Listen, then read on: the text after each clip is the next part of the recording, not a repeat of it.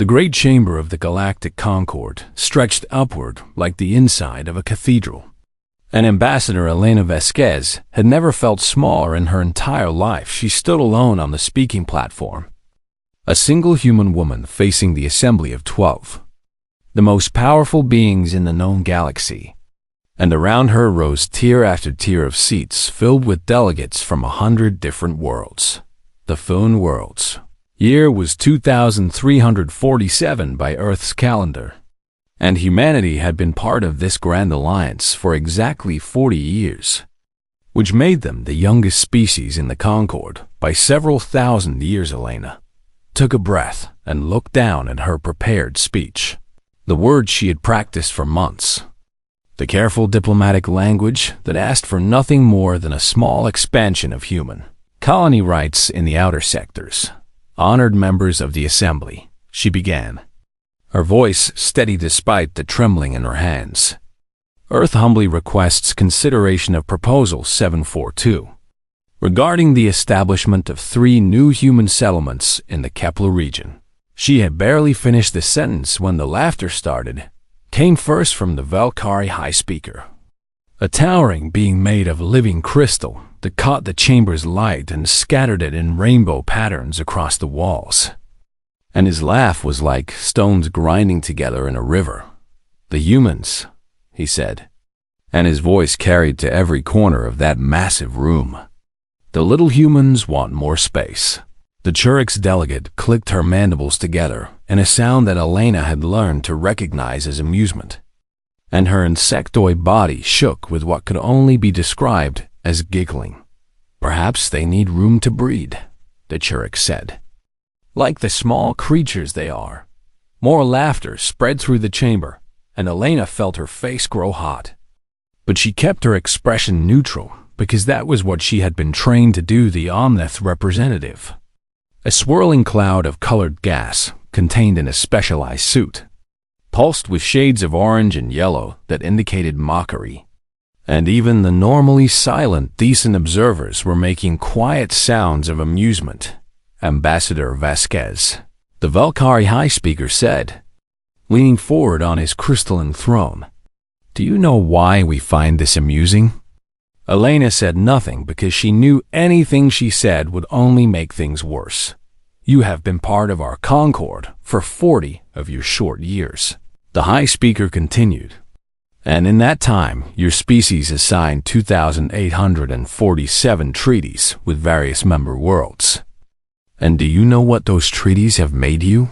He paused for effect, and the chamber went silent. "Servants," he said.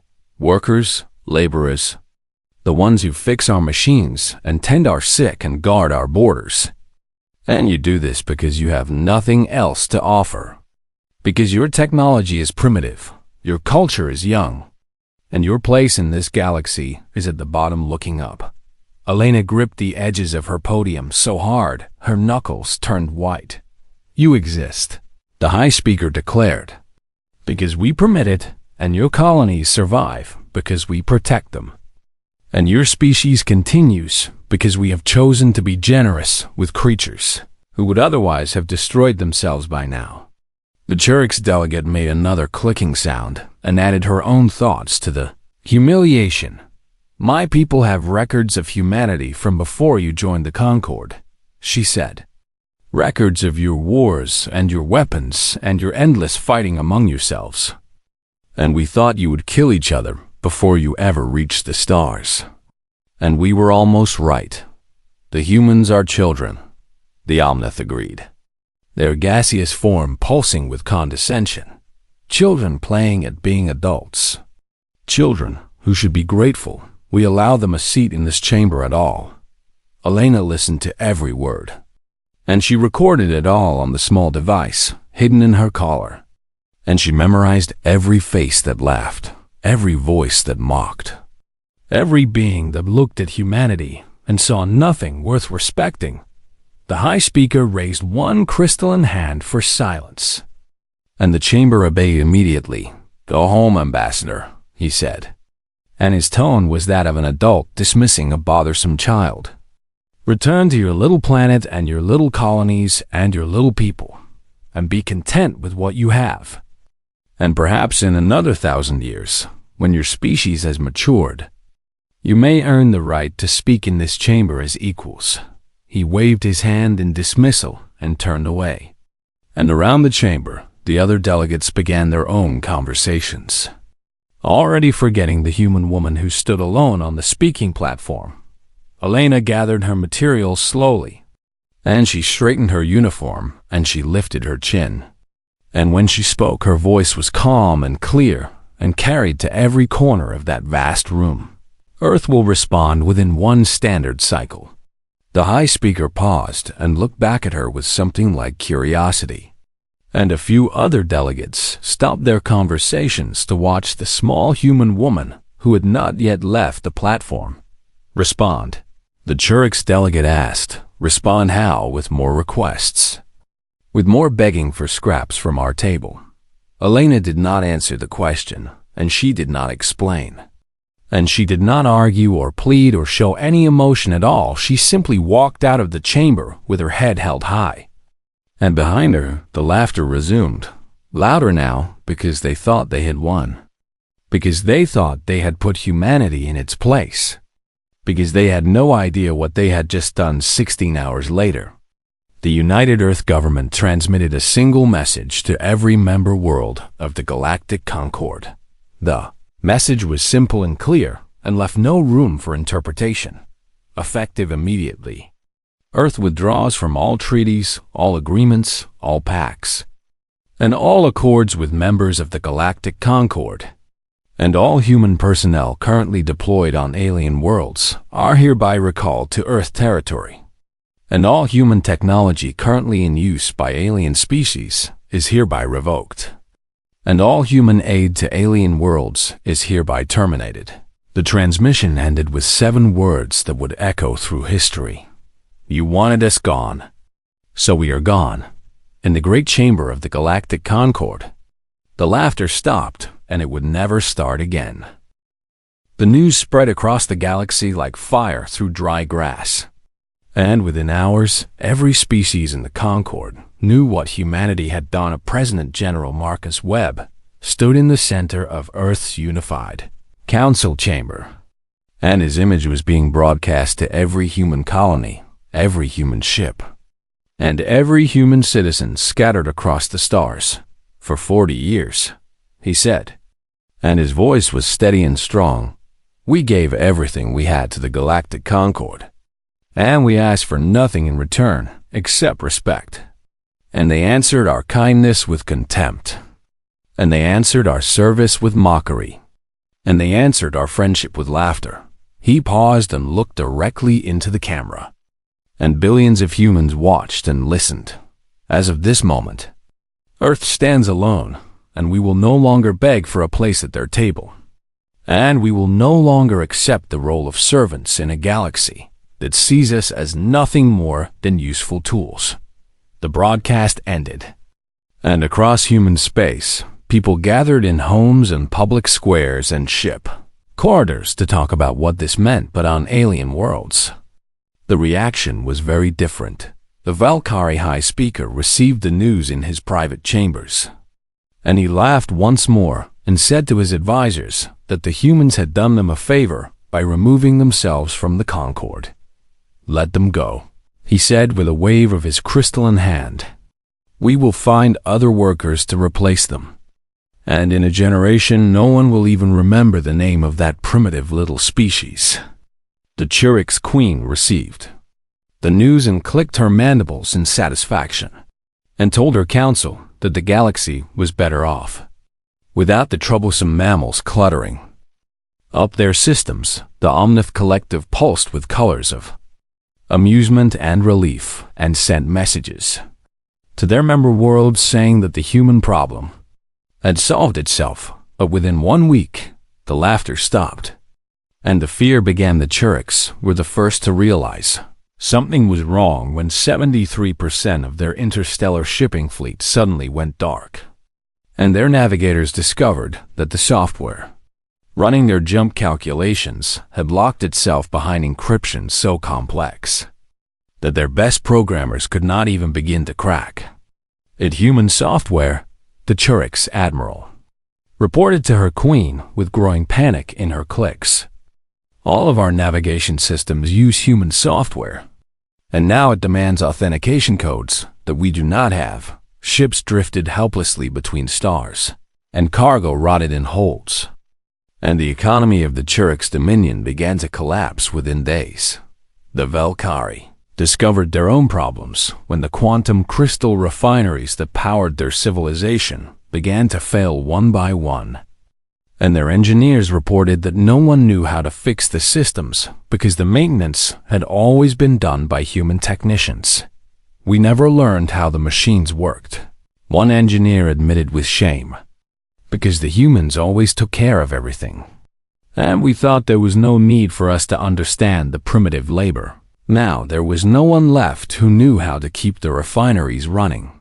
And the Valkyrie homeworld faced an energy crisis that would cripple them within months. But the worst news came from the Thesan Collective, a peaceful species of artists and philosophers who had never developed weapons or military technology of any kind. Their defensive grid, the only thing protecting them from the predatory Keth Dominion that had been eyeing their rich worlds for centuries, had been built and maintained and operated entirely by human military volunteers. When the humans left, they took their knowledge with them, and the defensive grid went silent.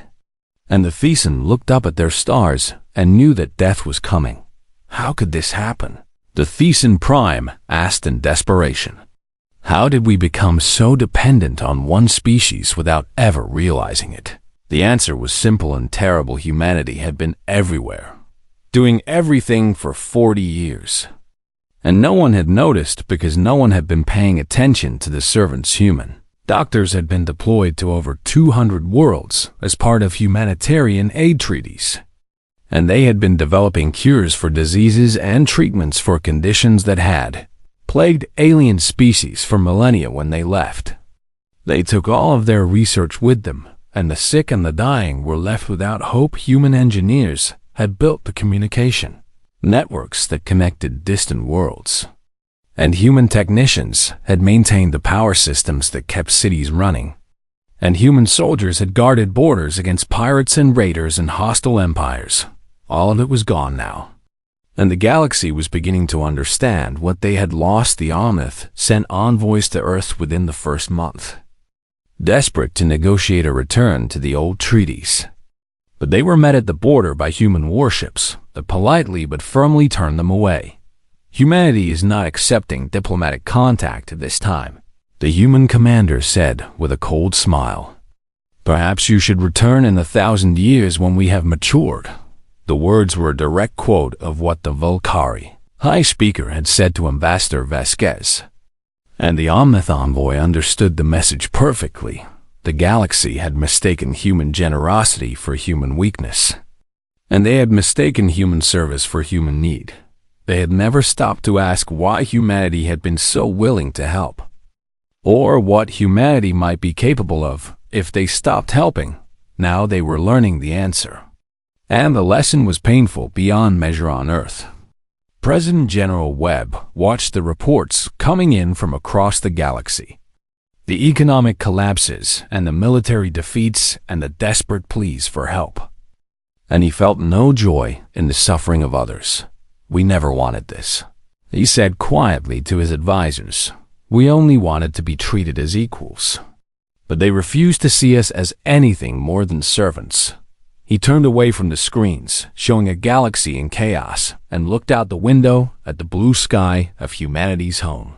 Now they will learn, he said, that the hand that feeds can also be the hand that takes away. And across the stars, the screaming had only just begun.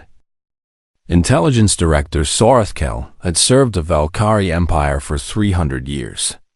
And in all that time, he had never felt true fear until now. He sat alone in the deepest archive of his people, surrounded by data crystals containing the collected knowledge of 1,000 civilizations. And he was reading the file on humanity for the first time, not the official file that the Concord had created. The one that described humans as a young and primitive species, lucky enough to stumble into the stars, but the real file. The one that Velkari intelligence had compiled centuries ago, and then buried because no one wanted to believe what it contained. The more he read, the more his crystalline body trembled. Most species in the galaxy had been uplifted by elder races, given technology and guidance and protection as they grew from primitive creatures into starfaring civilizations. And this was considered normal and natural. Like parents raising children, humanity had not been uplifted. Humanity had done everything alone. Sarth Kel read about Earth's history and learned that humans had survived ice ages that covered their world in frozen death. And they had survived plagues that killed half their population. And they had survived wars against each other that made the conflicts of other species look like minor disagreements. He learned that humans had split the atom, the very building blocks of matter itself, before they had achieved peace among themselves. And they had used this terrible power to build weapons that could destroy entire cities in a single flash of light. And then, instead of destroying themselves as everyone had expected, they had simply decided not to use those weapons anymore. Impossible, Sorth Kel whispered to himself as he read.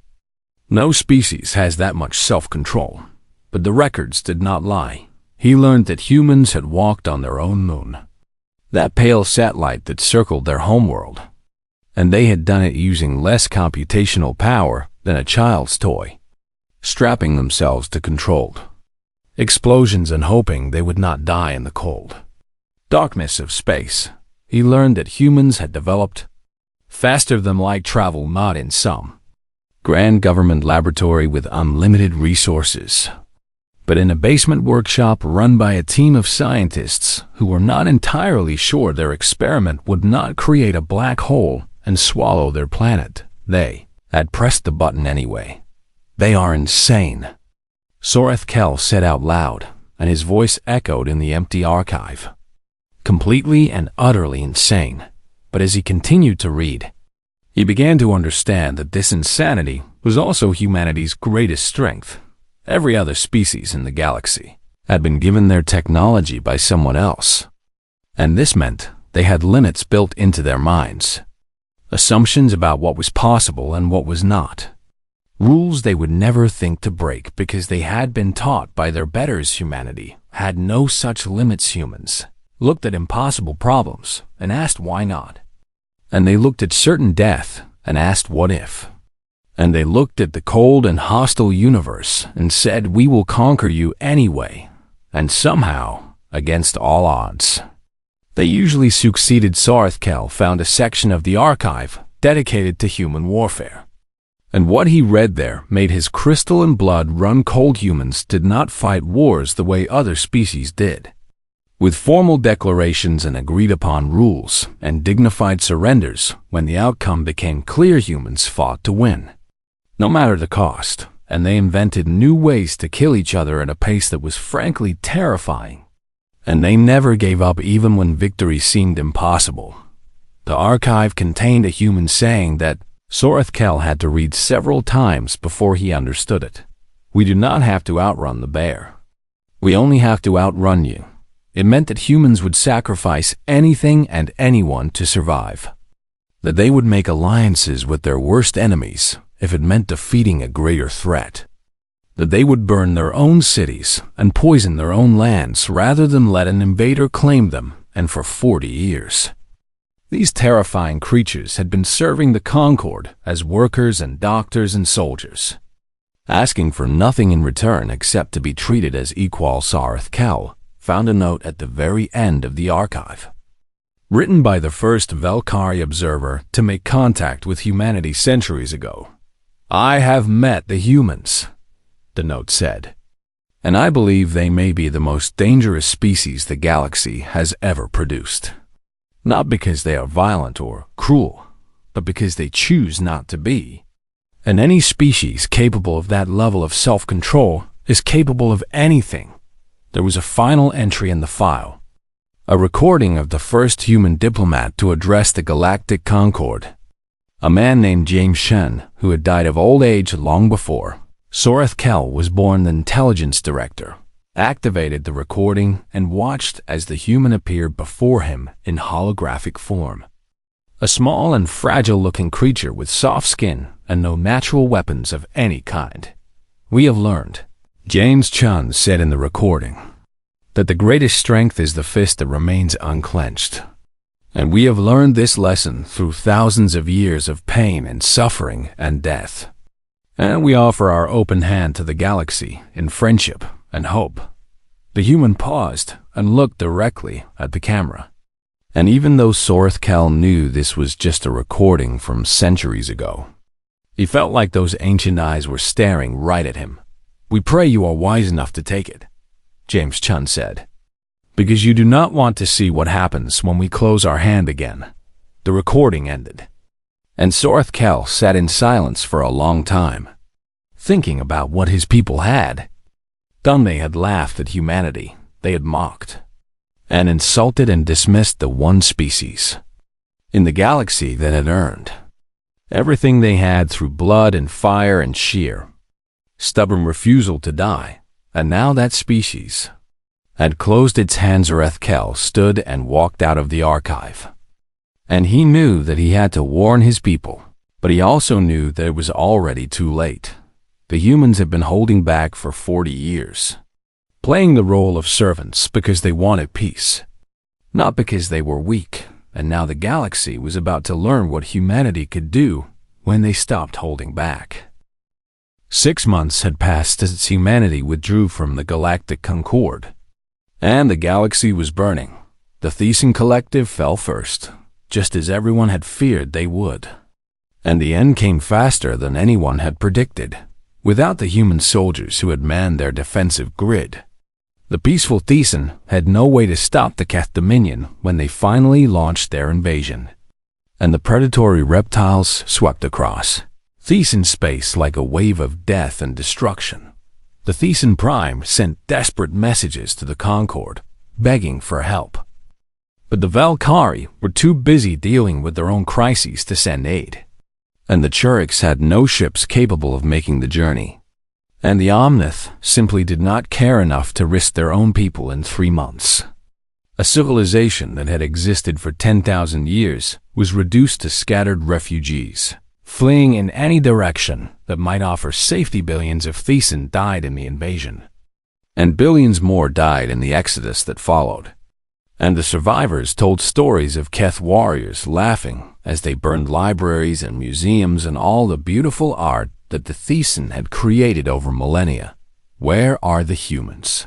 one refugee asked as she huddled in a cargo hold bound for nowhere. "Why did they abandon us?" The answer, of course, was that the humans had not abandoned the Thesan at all. The Thesan had simply never bothered to notice that humans were the only thing standing between them and extinction. Until the humans were gone, the Churiks' economy collapsed completely by the 4th month, and what had been one of the wealthiest empires in the galaxy became a desperate struggle for survival. Almost overnight ships that had once carried goods between 1,000 worlds now sat dead in space, their navigation systems locked, their crews slowly starving as supplies ran out. The Churiks' queen ordered her engineers to build new systems from scratch, to reverse engineer the human technology and create their own versions. But her engineers reported that they did not even understand the basic principles behind the human designs. "It would take us 100 years to recreate what the humans built," the chief engineer admitted. "And we do not have 100 years." Riots broke out on Churiks' colony worlds as food shipments stopped arriving and power systems began to fail.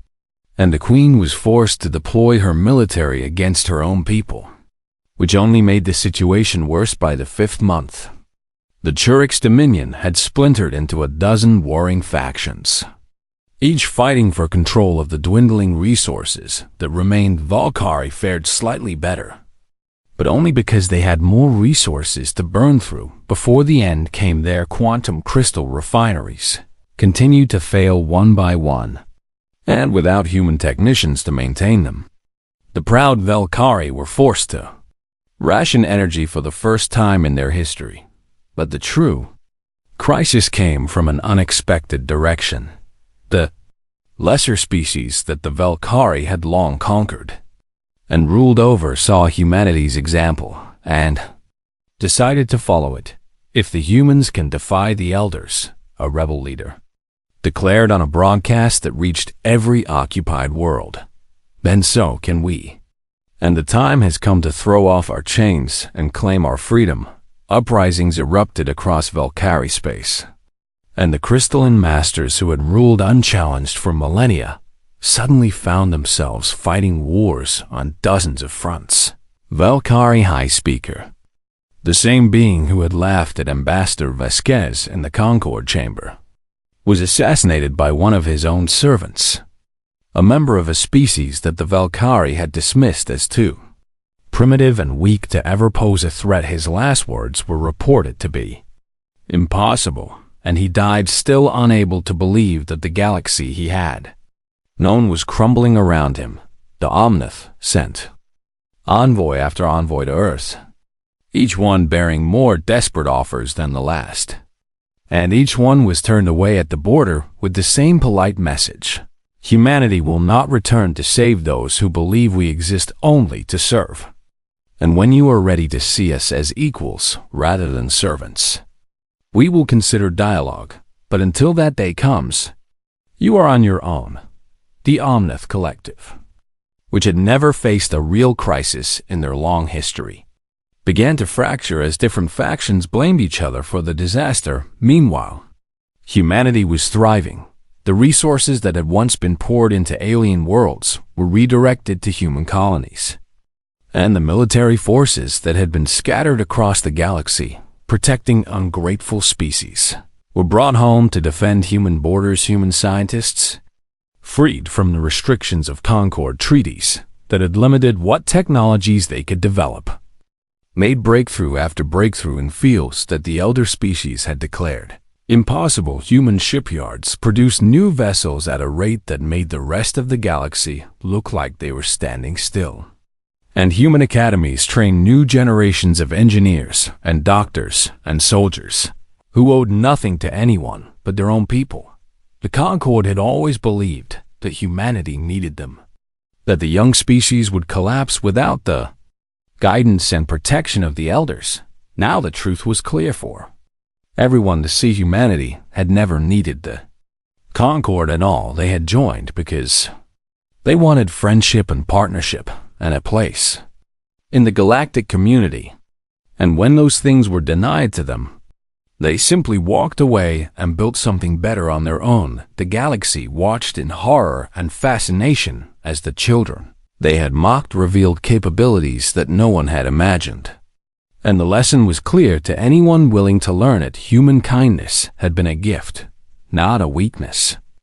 And the galaxy had thrown that gift away without ever understanding its value. Now the gift was gone, and there was nothing left but the consequences. 1 year had passed since the day humanity walked out of the Galactic Concord, and Intelligence Director Sarth Kell stood at the edge of human space in a small ship with no weapons and no escorts. Had come alone because he wanted the humans to understand that this was not a trick or a trap, and because he was the only Valkyrie leader left alive who had the courage to admit that his people had been wronged. The great Concord chamber on Axiom Prime sat dark and empty now, its halls silent where once the voices of 100 species had echoed with debate and laughter. In the business of governing a galaxy, 6 of the 12 elder species had collapsed into civil war or economic ruin, or had been conquered by opportunistic neighbors who sensed weakness and struck without mercy. The Valkyrie Empire was a shadow of its former glory, its territory shrinking by the day as rebellions continued to spread and former allies turned into enemies. Sarth Kell had watched everything he believed in crumble to dust, and he had finally understood the truth that his people should have learned long ago. They had been fools, arrogant and blind and utterly certain of their own superiority, and that certainty had destroyed them. His ship was met at the border by a human fleet, Dozens of vessels that moved with a precision and power that made his single craft look like a toy. And he transmitted his request for an audience with Ambassador Vasquez. He expected to wait for days or weeks, to be humiliated the way the Omnith envoys had been humiliated. But to his surprise, the response came within hours. "Ambassador Vasquez will receive you on Earth," the message said. "You have been granted safe passage through human space." The journey to humanity's homeworld took 3 days, and Sorth Kal spent most of that time staring out the window at the human colonies and stations and shipyards that filled the space around him. He had expected to see a species struggling to survive without the Concord support, but instead he saw a civilization that was flourishing beyond anything he could have imagined. Human children played in orbital habitats that sparkled like jewels against the darkness of space, and human workers built ships and stations with a speed and efficiency that would have been impossible for any other species. And human soldiers patrolled the borders with a quiet confidence that spoke of absolute certainty in their own strength. These were not the servants that Sorth Kal remembered from the Concord meetings. The humble workers who bowed their heads and accepted whatever scraps the elder species chose to give them. These were the true humans, the ones who had been hiding behind a mask of humility for 40 years. And they were magnificent. Earth itself took Sorth Kal's breath away when he finally saw Ida, blue and green world wrapped in swirling white clouds, so small and fragile looking compared to the massive homeworlds of the elder species. And yet, this tiny planet had produced a civilization capable of bringing the galaxy to its knees. He landed at a spaceport that hummed with activity, and he walked through streets filled with humans of every shape and color and size. And not one of them showed him the deference that Valkyrie were used to receiving from other species. They looked at him with curiosity, some with hostility, but none with fear or submission. These people bowed to no one. Ambassador Elena Vasquez received him in a simple office with windows that overlooked a garden filled with flowers. And she looked exactly as he remembered her from that day in the Concord chamber. Calm and composed and utterly unreadably. Sorth Kal did something that no Valkyrie had done in 10,000 years. He knelt. "We were fools," he said, and his crystalline voice cracked with emotion. "We looked at your youth and saw weakness, and we looked at your kindness and saw servitude. And we were wrong about everything." Elena studied him for a long moment, her dark eyes revealing nothing of what she was thinking. "Yes," she said finally. "You were." Sorth Kal bowed his head even lower, waiting for the punishment that he knew he deserved, waiting for humanity to take its revenge on the species that had humiliated them in front of the entire galaxy. But the punishment did not come. Instead, Elena Vasquez did something that shocked him to his crystalline core. She extended her hand. "Humanity does not seek revenge," she said. "We never did, and we only ever wanted one thing: to be seen for what we are, to be treated as partners rather than servants, as equals rather than pets." Sorth Kal looked up at her hand and saw something he had never expected to see: forgiveness. "Stand up." "Intelligence Director," Elena said with a small smile. "The galaxy has suffered enough, and if your people are truly ready to see us as equals, then perhaps it is time to build something new together." In the months that followed, Earth proposed a new alliance to replace the broken Concord, and they called it the Terran Compact. The rules were simple and clear, and left no room for the kind of arrogance that had destroyed the old order. Any species could join, regardless of how old or young they were, regardless of how much technology or territory they possessed. And there was only one requirement for membership: all members would be equals, with no hierarchy of elder and younger, no masters and servants, no species above or below any other. "We rise together," the founding document declared, "or we do not rise at all."